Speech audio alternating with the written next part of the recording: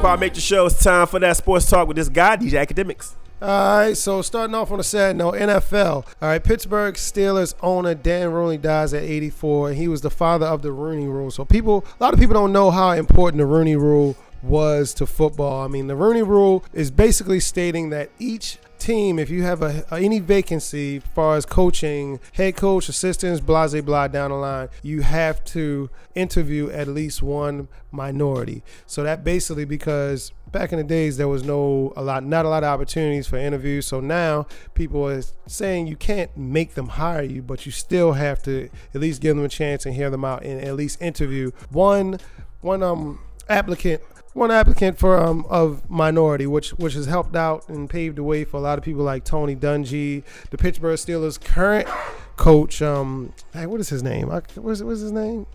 Totally forget the brother name right now. The black guy with the beard. That guy. That's his name right now.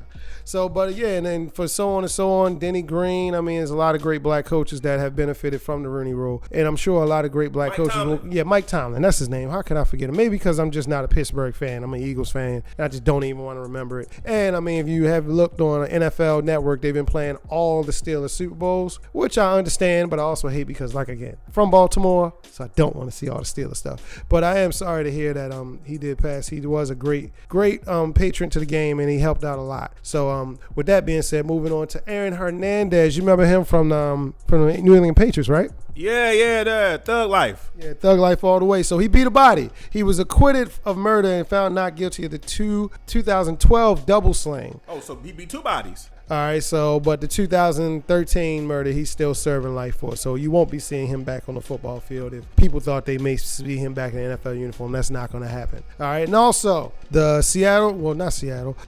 the Oakland Raiders and Marshawn Lynch have agreed to terms on a contract, but that contract is contingent upon the Seattle Seahawks trading Marshawn Lynch to Oakland first, because Seattle still holds his rights because he retired a Seattle Seahawk with still time left on his contract. So he's not a free agent. They have to actually release him or trade him, which they definitely won't release him because they're going to want some money for him. What is Seattle doing, Sherm? And then I wouldn't want Marshawn Lynch playing against me. Well, yeah, but I mean, he's in a different conference. The only way they would really see him is like in the Super Bowl. Okay. Yeah, so they wouldn't really see him. And he wants to play in his hometown. Also, moving on to the NBA, you got the playoffs going on, but one team that's not in the playoffs, and a president who's just has a lot to say right now. He ballsed up on this one. I ain't gonna lie, I gotta respect Phil for this one. Phil Jackson says, Melo's just a player we just are not winning with on the floor right now. I think he'll do better elsewhere. He'll have a better chance to go chase that championship. So basically he's saying, it ain't working. It's time for you to go. Somebody come get this guy, please. Melo has a no trade clause, right? Yeah, so that's kind of just pushing Melo to waive it. Like that, it's a chess game. You know, he's the Zen master. So if you was Melo, would you stay after that comment? Now, because now it's not nothing you have to decipher. Now he bluntly said you have to go. Yeah, we don't want you, Melo, is what they basically said. So please waive the trade clause, get out. If I was Melo, I'd sit it out, make him release me, because then if they release him or cut him, they have to pay a big penalty. So he still gets paid while he'll get paid from playing with another team. So he'll be getting double. Well, so that's it's a business move. Yeah, so chill out, Melo. Just throw your pride in the closet. Throw that pride in the closet. You're married to Lala. Yeah, let the Knicks pay you $10 million and then go somewhere else and get paid $10 million more. Sounds like sweet science to me. Yeah, so you get paid playing against the team that's paying you. Yeah. That's a great. The last person that did that was Calipari. Yeah. Coach Cal. Yeah. He was playing against the Knicks. While he was an assistant coach for he was playing against the Nets. Yeah, he was coaching the 76ers against the Nets while he was still getting checks from both of them. That's how you do it, and that's how you get them for real. Also, the playoffs are in full effect. Man, these matchups are crazy. What do you think about all the matchups?